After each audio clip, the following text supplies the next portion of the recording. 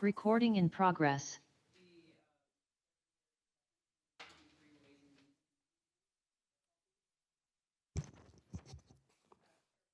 Here. Alderman Gould. Here. Alderman Shelton. Here. Alderwoman Tice. Here. All members are present. Great, thank you. And again, I apologize for being a little tardy. Item number 2 on the agenda is approval or amendment of the agenda. Has everyone had an opportunity to review any requests to amend or other changes? Seeing none, that'll stand approved by acclamation. Item number 3 is the report of committee chair and alderman. I have no report. Alderman Gould. No report. Alderman Shelton. No report. Alderwoman Tice. No report. All right, item 4 on the agenda is the city administrator's report. 4A is the 2022 audit timeline. Who is? I'll take that. Okay. Gina Jarvis and I met with Andrew Zabel back in December to outline the audit timeline. And in board docs for your review is the timeline. We are on schedule, we are on target, and just this week, I also signed 3 documents. One was the outsourcing to prepare the statement of work, which is all the accounting functions that they provide for us. So there is an overarching master agreement that the board authorized. Then the statement of work for the audit and the master services agreement. So we are on our way with the audit process, and we also have a temp working in finance to also help us with other day-to-day and a lot of the preparatory work for the audit. So coming before you every meeting to provide you updates, and there might be some meetings where Andrew's here, or if you want to see him because you have specific questions for him, he can also join by Zoom. But in board docs is an outline of the timeline, and right now we're on schedule. On time and on schedule. Those are 2 things I like when used in the context of an audit. Are there any questions? Okay, great, thank you. Item 4B is investment report. Brad Lukens, is he online? Brad. I see him. Hi, Brad.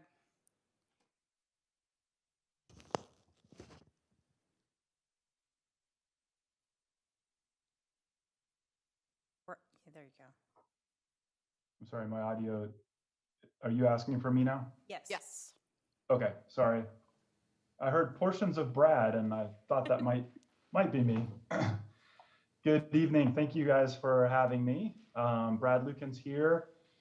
So I am here to report on approximate interest that is earned across a number of bond proceed accounts, along with the new custodial account that we set up for you a month ago. So this is the same format that we go over every month. What you'll see is the 2014 debt service reserve fund has earned $43,200 since we started investing it. The 2015 TIF bonds, these are $224,000 of debt service reserve requirements, have earned $17,000. The 2017 have earned $132,000 to date. The 2018 reserve, $208,000. The 2018 project fund, $1,559,000. The 2019 reserve fund has earned $23,000. The 2019 project fund, $118,000, and the new custodial fund, which we just opened and started investing December 28th, so we're right out a month, has earned $39,000 for the city. So that comes to a total of $2,141,000 to date. And this is kind of neat. If we look at month over month, from October to November of 22, the additional earnings were about $10,000. From November to December, about $47,000. And then from December to January, largely due to the addition of the custodial fund, is up $66,000 over the prior month. So just a quick blurb on the market. interest rates are still the highest that they've been since 2007. So these are wonderful times to get money invested, and you all did that back a month ago, and you are seeing the fruits of making that decision. So I don't know if I have anything else for you, but I am certainly available for questions. Want to take over my 401k?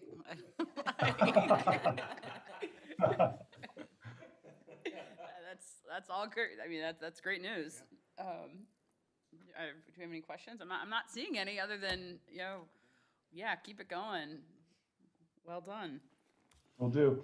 And just a pat on the back to Bola. She has been fantastic. You've got a great city administrator there. You know, we have recurring meetings for the bond proceeds, primarily project fund accounts with Craig. And if they line up well, we'll talk about other investments. But you know, we just had a reinvestment conversation a couple days ago when interest rates were higher, coincidentally, than they are now. And she was able to fit that into her schedule just so that the city wouldn't have to wait another week having money sitting in money market. So I commend her in being available and seeing the value of getting this stuff invested as quickly as possible after something matures. So. Great, thank you. Thank you, Bola. All right, thank you very much. And I think we'll move on to the next item, which is 4C Reserve Fund Valuation Certificates of Participation for the various series. I'll take that as well.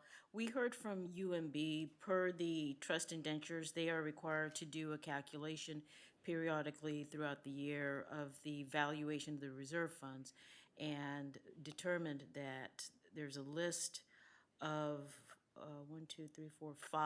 four reserve funds. They're all different certificates of participation series where the value of the reserve funds are lower than what they should be. So we have 90 days to make them whole.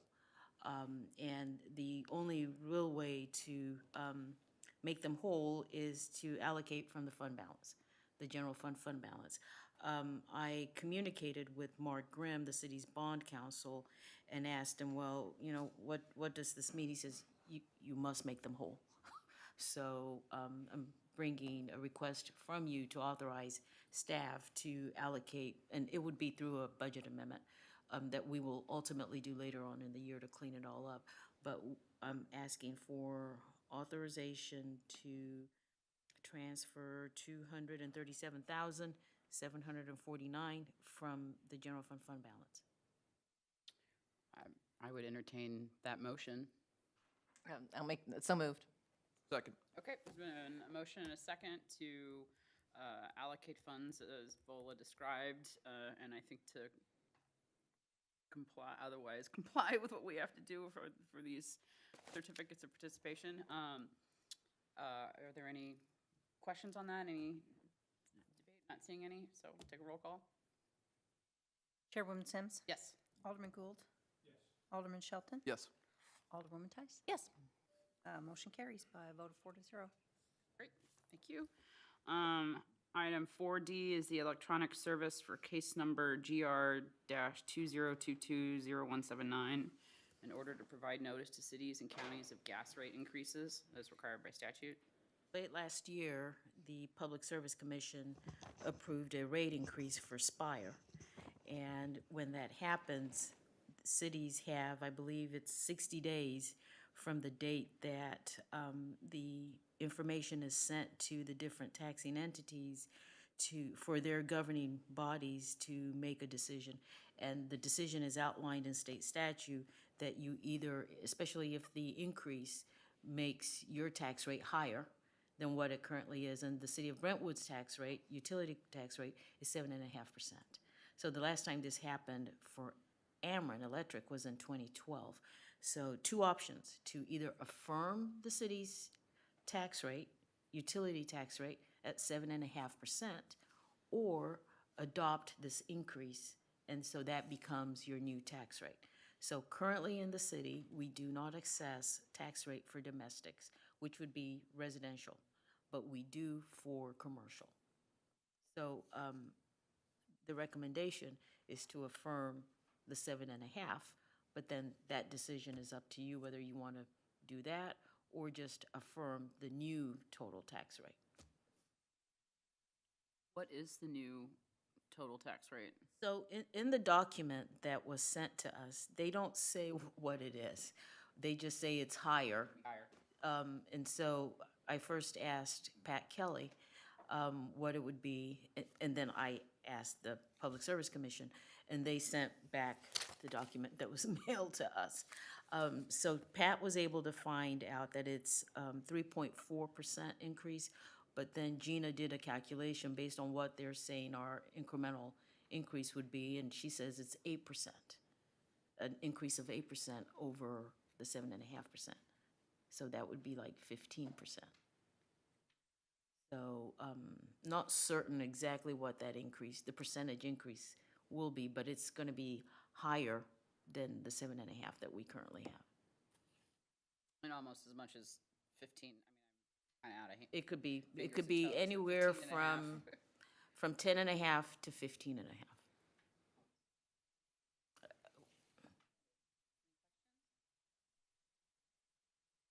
So I have one question. So is this an additional tax on the businesses, or It does would be. Spire has already already increased rates, and this is sort of, we're taking out of what they're already paying to Spire? Or they're just paying more to Spire and we get the tax? They will be paying more. Ours would be included in what they In would what be they paying pay. to Okay. Spire. Right. So the net result would be we'd be taking more Yes. from the Yeah, business owner, businesses, right. not just Spire. Well, I guess at this point, I entertain a motion to maintain the tax rate of the business license tax on the gross receipts of utility corporations at 7.5%, and to forward on. So moved. Second. Okay, we've got a motion and a second. Is there any further discussion? Seeing none, roll call, please. Chairwoman Sims. Yes. Alderman Gould. Yes. Alderman Shelton. Yes. Alderwoman Tice. Yes. Motion carries by a vote of 4-0.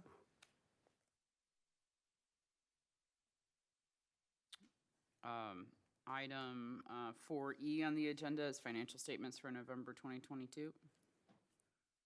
I'm taking that one as well. So because we did not meet in January, in board docs, you have the November and the December expenditure, revenue and expenditure variance analysis. So it's all good news. Actually, it's fantastic news. Key revenue sources continue to outperform what the adopted budget numbers were for fiscal year 2022. And,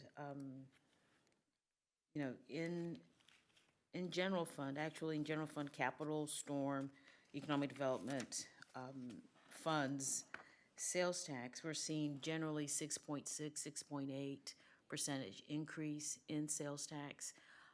I do note that the situation with St. Louis County remains unresolved. There was about 1.6 million that we held back because we were waiting for additional documentation that never came from them. So we did not invest that money. It's just sitting in the city's regular bank account. So we've heard that the city invested it and is making money off of it. That is absolutely not true. But overall, we also, so I'm just going to pick and choose some of these financial revenue line items to talk about, and if you have questions for me. One that's on our radar, the mayor and I talk about this multiple times in the last 2 weeks, actually. The financial institution tax is on the chopping blocks in Jeff City, and the revenue that we receive from that has grown over the last maybe year or two. So there is a possibility, if that bill passes through committee, that all cities might be losing that financial institution tax. The county public safety tax also continues to exceed budget, and we've seen a steady increase in this revenue since inception. Also, the municipal fire sales tax, slight increase over the budget, but one of our best performers is the use tax. So when we started that, we budgeted 290,000, and here we are in 2022, seeing about a $800,000 increase from what we budgeted. So that continues to do really well. Utility taxes, gas, electric, water, cable are doing really good, continue to outperform the budget. So does occupational licenses. We don't really generate a lot of money from liquor licenses, but we've had 2 new restaurants open, so that has been good for the city. You know, this next situation happened right during COVID where people aren't, you know, getting tags for their vehicles, so we're seeing a direct correlation to that. Fees that are generated out of the building department. I asked David this morning how many new houses were built in Brentwood. 12. So we're seeing a lot of infill continue to happen, which is a good thing in town. Then the next one, trash pickups, bulky item pickups. If you have questions for Dan, we're noticing that there has been a drop-off in recyclables and how our residents recycle, and there's been an increase in true trash. And, you know, trash is based on per ton, and that cost has gone up. So we need to continue to stress to our residents to actively recycle, you know, benefits in that. So generally, both November and December, great news in how the revenue has performed. So we're very thankful for that. And what that means is if we're outperforming the budget, we're adding more to the fund balance. So for those 2 funds, we're doing good. Just want to mention, same applies for capital, same applies for economic development. And then stormwater for sales tax, same applies there as well. However, the department has also done really great in terms of generating significantly increased revenue from recreational fees, ice rink admissions, rentals, and skate rentals, and even sponsorships for Brentwood Days.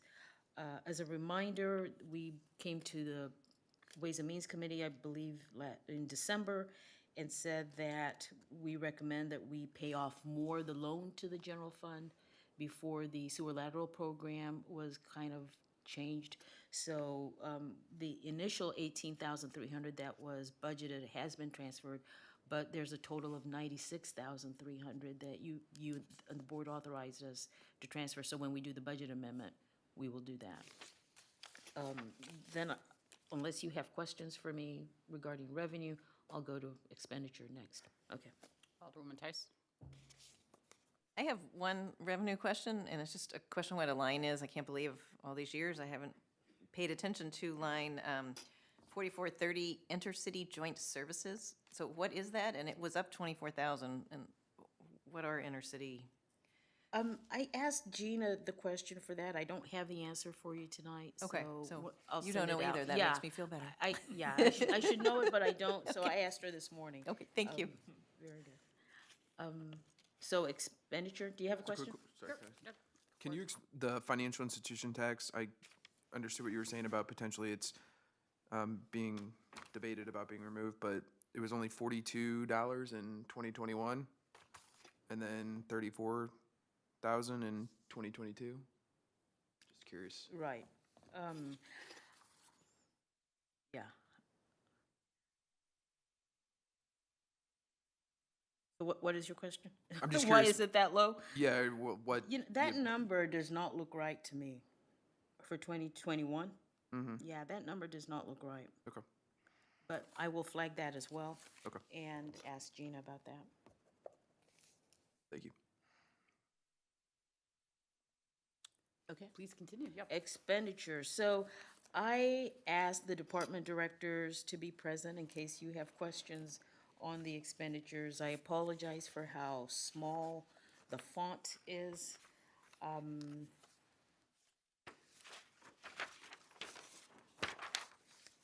I think overall, when I look at the total budget for all funds, we are staying within the budget authority. However, there have been cost overruns in key line items, for instance, overtime. And some of the overtime, we're able to explain why. The board and the Public Safety Committee authorized the increase in overtime expense for the police department in particular. We had the Manchester Road, Hanley Bridge, come down, rebuilt, and, the mess involving traffic, patrolling, all of that. Then also in sanitation, we lost a number of staff, so we had to bring staff from streets who were, and the staff that we brought over were more highly paid to do that work. So those were some of the reasons why in those two departments particularly, where we saw the overtime budget exceed the authorized budget. We also saw increase in festival expenses for entertainment. So that was in general fund community services for the carnival rides, holiday expenses. So we saw some increases in that. In administration and MOE, our legal expenses were higher than budget. We also saw some, I think, for IT services, we did not budget the right amount for that. And so I want to say that maybe we're doing a better job of budgeting correctly for that in 2023, but we saw that as being one of the reasons why there were cost overruns. There were also cost overruns for audit work for 20 and 21. We budgeted both out of the same year. That was a necessary expense for the city. Generally, throughout each department, we saw petrol expenses, fuel costs go up. So you'll see that across the board. Then we had to buy more salt, and cost of salt is higher. Dan does a really good job in tracking all our different snow events. He tells me that there were a total of 14 in 2022. The guys just work really hard, coming in, staying late, being up, driving the streets while we all are asleep. And, this last snow event that we had, I had multiple people come in, and I'm sure you all saw that too, and say, the best streets out of every street I drove coming into work was Brentwood. So I called Dan that morning and said, please pass this along to the guys, doing an awesome job out there. I mentioned earlier about seeing less of our residents doing recycling. And so Dan, Janet, and I want to continue to push that hard and hoping that you all can do the same during your ward meetings. We need to get back on track where we were like maybe 2 years ago. Then we do have some savings, significant savings in capital. We talked about that multiple times. The police vehicles have come in. We are waiting for some of the accessories to be installed on the vehicles, all of these issues relating to supply chain issues. And then we didn't spend all the money that was anticipated that we would spend on the Russell Avenue project. And because we had savings, the board approved the purchase of the drone, and then a tire changing equipment that Public Works also purchased. But for all the other departments, expenses are running in alignment and on target with the budget allocation. So if you all have specific questions, the department directors are here. Alderwoman Tice? I have a question. So this is for, is Dan, I don't know if Dan's on the line, or Bola can answer it if he's not. The sanitation drivers, have we solved that issue with hiring new, seeing a thumbs up from Jason? Jason, do you want to speak to that? Or- I mean, we have, that's Okay. the short answer. Yes, and Jason reminded me that the Board of Aldermen authorized staff. How did you box yourself in? And Dan's hand's raised too, so. If Dan, yeah, if either one of you. Yeah, if you recall last year, one of the things that we had a hard time doing some recruiting, and so we brought it to Ways and Means, then ultimately to the full board, and we were authorized to implement the 2023 rate increases at an earlier date for the sanitation, and that has helped. Knock on wood, we haven't had any turnover in that department since then. We are fully staffed at the moment. We actually have another laborer that's helping within the Public Works Department that went from part-time to full-time that periodically helps out as well. So as of right now, they are fully staffed. Thank you.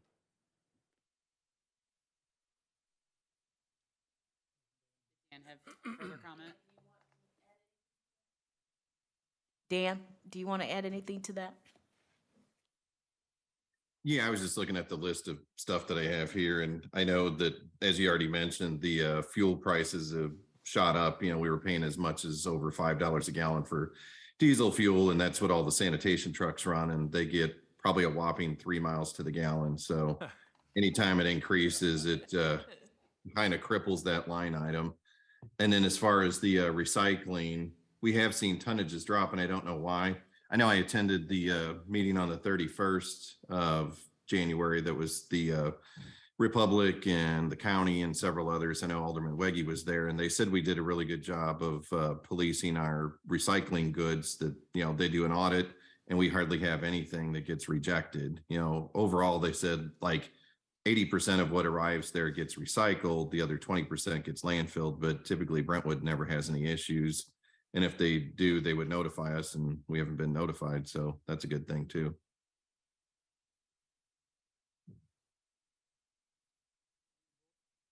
Yeah, as far as the overtime, do we feel like that was kind of a perfect storm with you know, all the construction that was going on and you know, obviously the flood events that we had and had to do we feel like those were just sort of one-offs in this past year, and that we don't need to really adjust things moving forward, or especially as construction starts to hopefully come to an end here in 2023? Well, you know, everything is situational. Yeah. And we try to plan, and then you just never know what happens. But, and the chiefs can speak to that. We've budgeted both police and fire at 90,000, and they've been at 90,000, I think, for as long as I've been with the city. So. And I know we were looking to hire potentially some new officers this year as well. I'm sure that would help. Right, so I think that if the departments are going to exceed this 90,000, the board should, you know, approve that. Because if you look at those numbers, we went from 90 to about 100,000 plus in police, but we are able to explain that. But in fire, they stayed within their budget, and I think all the departments, was there another department that spent overtime, Jason? It was just police, right? And sanitation. So I don't expect it to Now that we have happen in sanitation 23. staff Right. staffed up. Exactly, so. but Chief Spees? Last year, well, correct me if I'm wrong, but we were reduced last year to 72,000 initially in overtime. So we were a bit behind the game going into last year. When Brentwood Bound happened, we came to you guys and asked, should we just stay out there? And the answer was yes. That was the lion's share where we went over. And then I made the decision at the end of the year to keep our retail overtime up as well. I think it's just, I mean, Bola's accounting of the income we're getting from retail is directly linked to the safety and security of the place, so I thought that was important. 100%. That was part of the overture. I would tell you this year, as with every year, we don't know what's coming. But I can go back, I'm finishing up my 5th year. Every year, there's been a major event in Brentwood, whether it's a protest, whatever it may be, flooding. So who knows what this year brings. But we will do our best to manage that allotted 90,000 this year. Well, we're hoping for a nice calm year, huh? It will be the first one, sir. Yes, it would be, wouldn't it? Thank you, sir, for that. And then as far as the overage or the overtime that we generally had because of the audits and our finance department fluctuating, do we have an update on any, I know we were looking for, sorry about that, Jason, make you get boxed in again, on where we are with recruiting and staffing for So finance. with regards to that, as you know, we've contracted with SGR, excuse me, I don't want to say their name wrong, SGR to assist us in that process. The first step in that was they reached out and they had stakeholder interviews, which was with members of this committee, certain members of staff and the like, and folks like Gina were part of that. And based on that, then we put together, or they put together, I should say, a pamphlet, which is what BOLA just kind of handed out to you guys. We actually made the final approvals on it today. Oh, good. I think there was 1 or 2 minor adjustments. Did they send it back subsequent to that? Okay. Yeah. So that will be going out to their variety of sources within the next couple of days. 5,000. Hopefully we'll start seeing some candidates. It may take a little bit of time. They're not going to necessarily trickle the candidates to us. I think their intent is they'll go through and kind of triage them, if you will, and pull out the ones that may not meet our criteria, and then present a list of them to us, at which point we'll put together some interview panels and we'll go forward. So we're still on track for April is what we were looking at. Obviously, as with what Chief Speece had indicated, things do change. Hopefully they'll get a good grouping of candidates for us, but I think this is a great start, and when you look through the pamphlet that they put together, I think it's a good representation of what we're looking for as a city and what the city offers, so I think it will be a good enticement to get us a decent candidate pool. Wonderful. Good to hear. Thank you. And obviously, we're not going to have the backlog of several audits going on at the same time, which is nice. But, you know, to keep on to your wonderful schedule that you've outlined, it'd be good to have some staff without having to do overtime.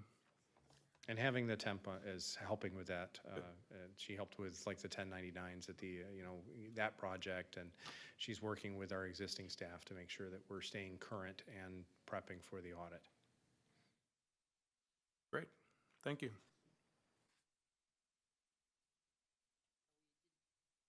Any further questions?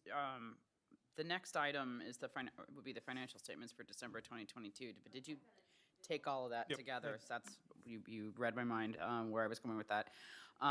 So we'll move on down to item 4G, which would be the quarterly ambulance fee write-offs.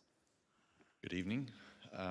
For the fourth quarter 2022, report is $23,342.09.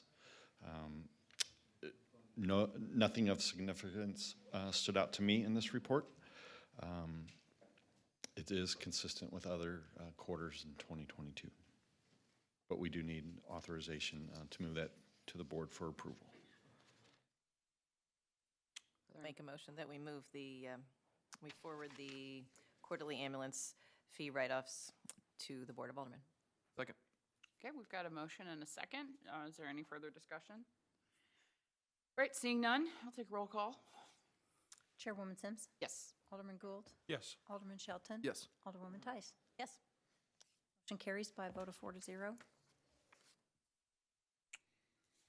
Oh, are you helping us with 4H EMS MC rate hike for 2023? Correct. Yes. Yes, the next two items are just Okay, information. yeah, if you've got the next two items and. Yes. Both are simply informational, but very relevant to some fees for Brentwood. So the first, we received our annual increase from EMSMC on their collection of fees on behalf of Brentwood. They did adjust it to 7.99% is what we will pay for 2023. This is consistent with other customers of theirs in the St. Louis region. So I did verify that with some other agencies. Again, I know I've spoke on this at a couple of other meetings. This is our last year in contract with them. We have received outstanding service with them. However, we will draft an RFP to review ambulance billing for the city of Brentwood. There will be some adjustments in the RFP based off how we process things today that we would like to see different so we can reduce the write-offs. That's our goal. So our first step is our ambulance license with the state of Missouri expires in June. So we're working on renewing that now, and that's a daunting task for our medical officer. Once that's complete, we'll move to the RFP for ambulance fees. So I just wanted to share that information. The next item is just an explanation of Missouri GEMT. We anticipated an increase. I know Alderwoman Tice asked about that in our revenue portion of the budget preparation last year. We anticipated an increase just based off sheer increase in responses and transports. And we didn't anticipate this type of increase. So our net cost of transports for 2022, and this is the state's fiscal year, is $151,285.50. So the net funds after fees to the state, to our consultant, we will net $102,874.14 in comparison to the deposit in 2022 was $56,000. So that's where we made up that difference in ambulance fees. And again, we'll just continue to monitor this and provide good documentation so that we can keep collecting this. Thanks, Chief. I'm not Thank you. seeing any questions. Thank you. Okay, we'll move on to item 5 of the agenda, which is the consent agenda. The only item is the approval of the minutes from our December meeting. To approve the consent agenda? Second. All right, there's a motion and a second. Any discussion? All those in favor, do I have to say aye?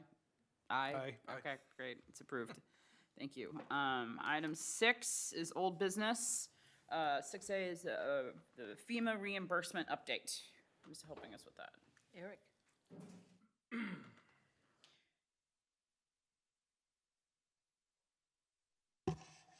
All right, good evening. So I just wanted to give you guys a quick update on what's going on with FEMA. We've been working obviously with FEMA since last July. As you've heard me say multiple times, we're now on step 11 of the 13-step process. This is unfortunately the longest and most time-consuming step, so while we seem like we're at the end, we're really not. And just kind of give you some updates as I put in the memo. So it's split up by category.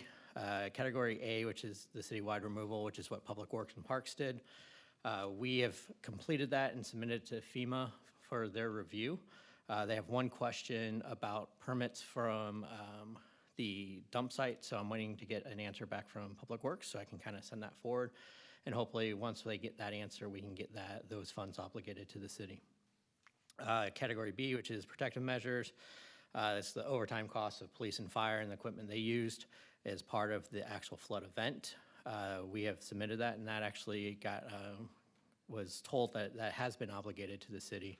So now we're just waiting for the funds to come from SEMA. So getting close there. Roads and bridges, we're working on the sidewalk estimate for the little bit of sidewalk on Rosalie. Once we get that, I can kind of finalize that and send it off. Category D, which is the big one, that is Brentwood bound. And I've spent a lot of time with FEMA going back and forth on what they will do, what they won't do. We think we have a good portion of what they will reimburse us for, which is primarily the soft costs, the stuff with Navigate, the extra work with Jacobs, the work with our attorneys to kind of work us through that process. And so that's what we've been asking for. Everything else that we kind of talked about, FEMA determined that was the contractor's responsibility, so they're responsible for it. So We're not out any money, we just don't have that extra money that we thought we might be able to assist with that portion of it. So that is under review right now, and I expect their attorneys to take a long time to review that, and hopefully we'll be able to get an answer at some point. Category E, they split up a number of things. The first one was kind of the flood image City Hall. So we have submitted that, and we're just waiting for them to review. And again, the electronic speed sign for the police department, that has been submitted and awaiting review. The parks equipment, there's been some discussion on whether that actually remains in Category E or goes to Category G. So RPD, MG, the program manager, is working on that with the FEMA attorneys. I understand this is really incredibly exciting stuff, so I apologize. 2818 Breckenridge, we're still having a lot of discussion on what we are able to ask for reimbursement. Is it for the value of the building? Is it just for the demolition of the building? So we're going back and forth on that. And then the last funding, which is park damage. There's a lot of park damage, and we've been going through a lot of it. And so there are some questions about making sure that everything we request for will be reimbursable. We expect it to be. They're just kind of dot the Ds and cross the Is. And the last question is whether or not we have to be done with the project before we can ask for reimbursement or if we can take quotes. So you think of one of the big projects, which is Lee Wind Trail.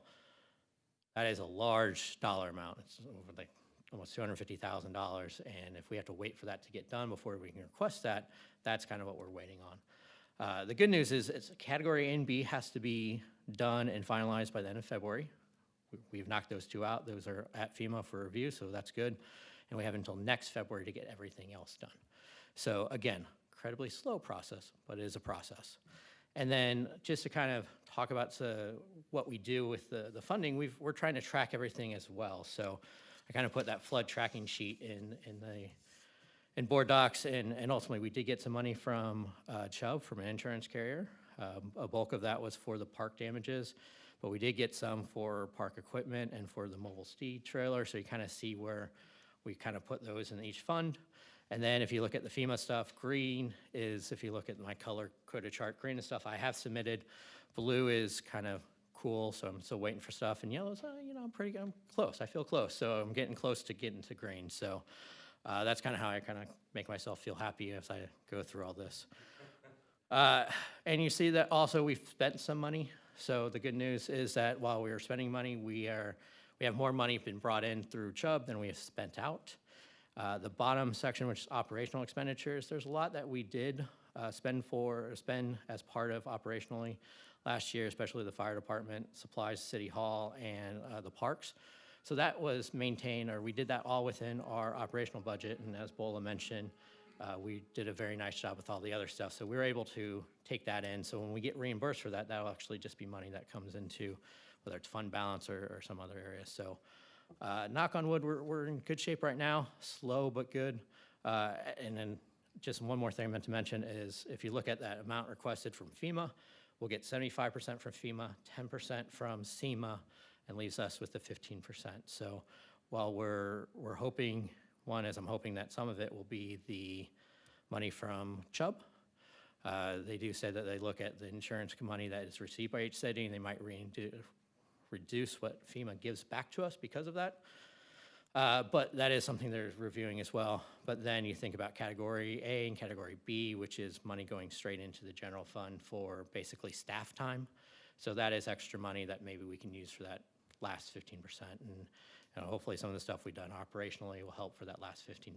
So the goal is obviously to get everything put back into its original state without costing the city too much money. That is the very quick and incredibly fun FEMA update. Questions on that? All right. All right, Keep up the thank good you. work. Thank you. I just say thank you. Like, this is a massive great. amount of money that, it's a massive project to organize, and it's a lot of money we'll get back, so thank you. Educational. Ultimately worth it. All right, great. So item 7 on the agenda is new business. 7A is the City of Brentwood Table of Permit Fees for Planning and Zoning Commission, ARB, and Board of Adjustments. Evening. I'm David, filling in for Whitney, who was out tonight. And so basically, we've got a planning and building fee structure review. For a number of years, the fee structure has been the same in planning and zoning. Currently, the inspection fees, which we're not proposing to change, are $25 per inspection. There's a processing fee. And then for building permits, there is a $6 per $1,000 valuation. So we charge $6 for every $1,000. We're proposing to change that from $6 to $7 is what we are proposing. And in June and December of 2022, the Public Works Committee and staff presented this proposal, as well as the increase in application fees for the Planning and Zoning Commission and various boards, as well as having the applicants cover the 3% transaction fee on all credit cards, which, by the way, with the new system, that 3% is automatically being added, and they're getting charged for it now. I saw that today. And they are recommended the approval to the Ways and Means Committee for those increased fees. Now, since that meeting, and that meeting, what it covered was not just the $7 for every 1,000, but for currently right now, the Architectural Review Board does not have a fee to accept an application or charge. We're proposing a $50 fee, which is minimal, very minimal compared to other municipalities. Board of Adjustments is currently 100. Site and Plan Review is currently no charge, and we're proposing to make that 100. And then one of the other one that may impact the department the most is the change in the occupancy inspection and occupancy permit structure. Currently, there is no charge for an occupancy inspection. And then there's a $45 fee for the tenant to come in and pay $45 for their permit. We're proposing to change that and make the landlord or the apartment owner responsible for the $45 for the inspection, which covers the costs of our inspector, our vehicles, and all that, and then lower the cost for the tenant to come in and actually get a permit. So for the tenant and the resident, it would be lowered from $45 to $25, but the cost of the inspection would increase to $45. So those are the ones that were on there, as well as a stop work order. Currently, if somebody is doing work in the city without a building permit and they're caught, well, they're asked to stop, but there's no penalty to them. They can just stop. So I'm proposing, I had proposed to Whitney that there be some sort of consequence for that, and it would be subject to a case-by-case basis. If someone actually didn't know that they needed a permit for, say, a drain tile or something like that, well, you know, we could handle that. But if somebody is maliciously building a kitchen or, you know, like the garage we had on Melvin, you know, that they built a garage with no permit. And so, you know, that's the type of situation where we were proposing to double the permit fee as a consequence. And so the last on here, is the stormwater. Currently, the city fees are based on, if the site improvements are less than 500 square feet, the city's fee is $500. If it's over 500 square feet, the city fee is $1,000. Now, those fees are not only what we get for our portion of the plan review, but we also have to pay out Gonzalez from that fee, because the rest of the money that's brought in by the impervious calculations are a deposit and go back to the permit applicant. So we're proposing to, based on the way the ordinance is written, and Gonzalez was very thorough with this, we're proposing to restructure that so some of the inspection costs are covered, and also that if we have to go out onto site and do some sort of review with Gonzalez that if it exceeds twice, then they have to pay the cost of the review. So that is pretty much what I've got here. And I hope all that made sense. Are there any questions, or is there anything else that you would like to discuss?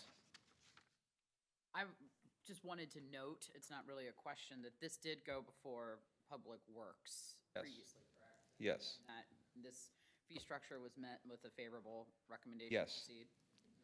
And 3 of us are on And- Public Works. Yeah. And I am not, nor do I. Yeah.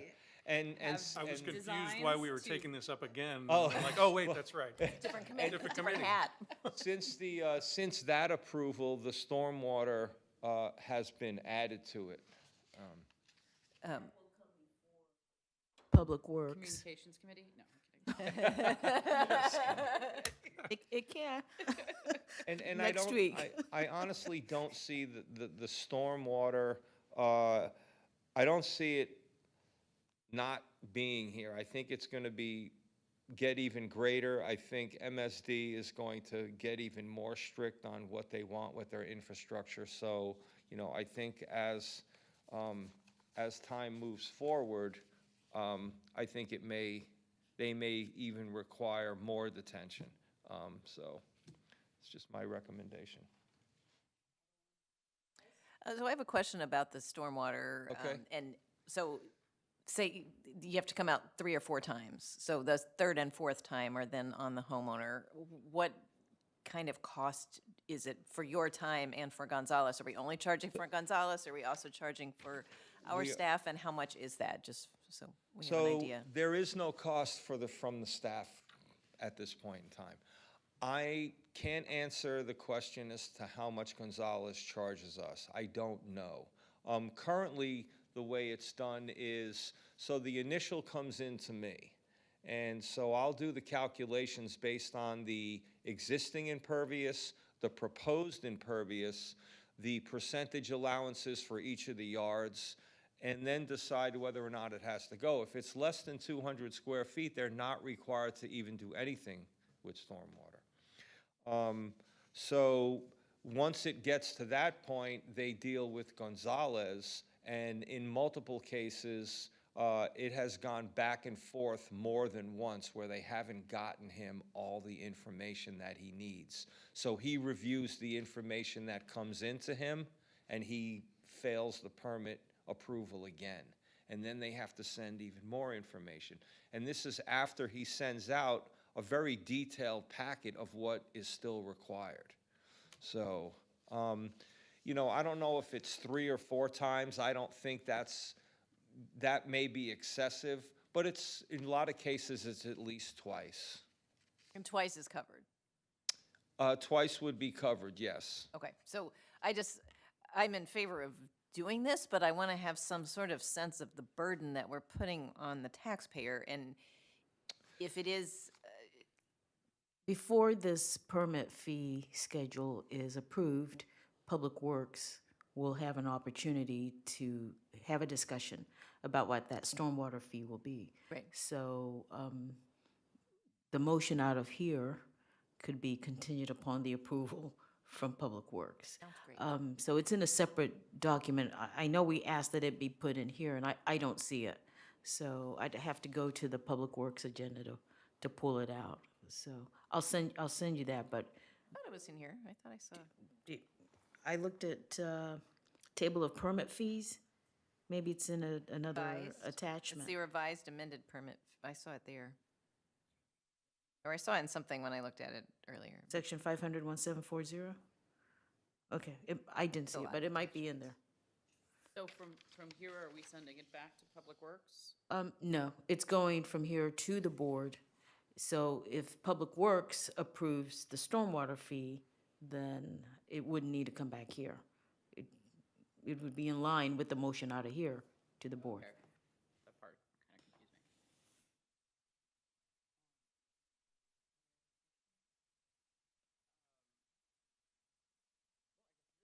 I would entertain recommend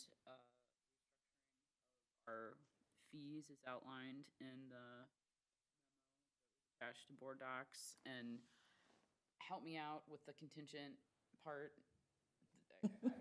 Like, I'm just not. I think Alderwoman Tice, I saw And the you shaking your stormwater fees will, are contingent upon approval of the Public Works Correct. Committee. Correct. Very artful, but I think it gets the job done. Oh, and I would entertain that motion. So moved. Second. Okay, or is there any further Maybe. discussion? Seeing none, roll call, please. Alderwoman Sims, Yes. Alderman Gould, Yes. Alderman Shelton. Yes. Alderwoman Tice. Yes. Motion carries by a vote of 4-0. Great. Thank you. Very much. All right, the second to last item on the agenda is citizen comment. Have we bored away any onlookers, or do we have any citizens? I'm seeing none in the gallery. Or is there anyone online that'd like to make a comment? Okay. Well, Dan's, Yeah, Dan's That's hand's from still up, earlier. but I that think doesn't, yeah, I don't think I don't he. think, yep, well, we took it down. He's not a citizen, so he didn't.